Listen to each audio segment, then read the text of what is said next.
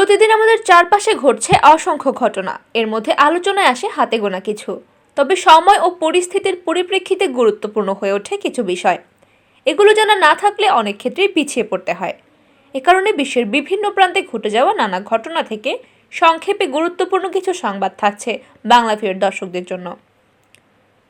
শব্দের চেয়ে 5 গুণ গতিবেগের ক্ষেপণাস্ত্র তৈরি করছে ইরান।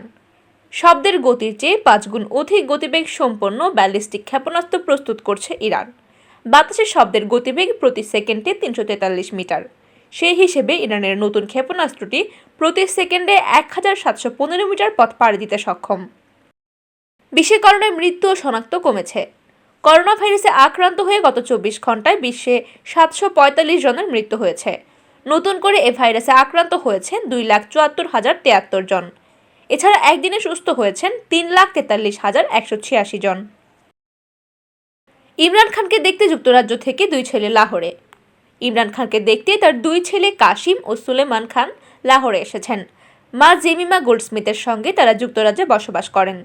পাকিস্তান তেহরিক-ই-ইনসাফ পিটিআইয়ের লাহোরের টুইটার অ্যাকাউন্ট থেকে এক বার্তায় এই তথ্য জানানো হয়েছে।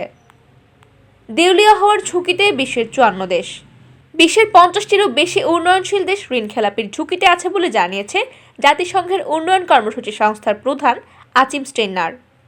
তিনি হুঁশিয়ারি দিয়েছেন, যদি উন্নত বিশ্বের দেশগুলো সহায়তা না করে তাহলে ঝুঁকিতে থাকা এসব দেশ দেউলিয়া হয়ে যেতে পারে।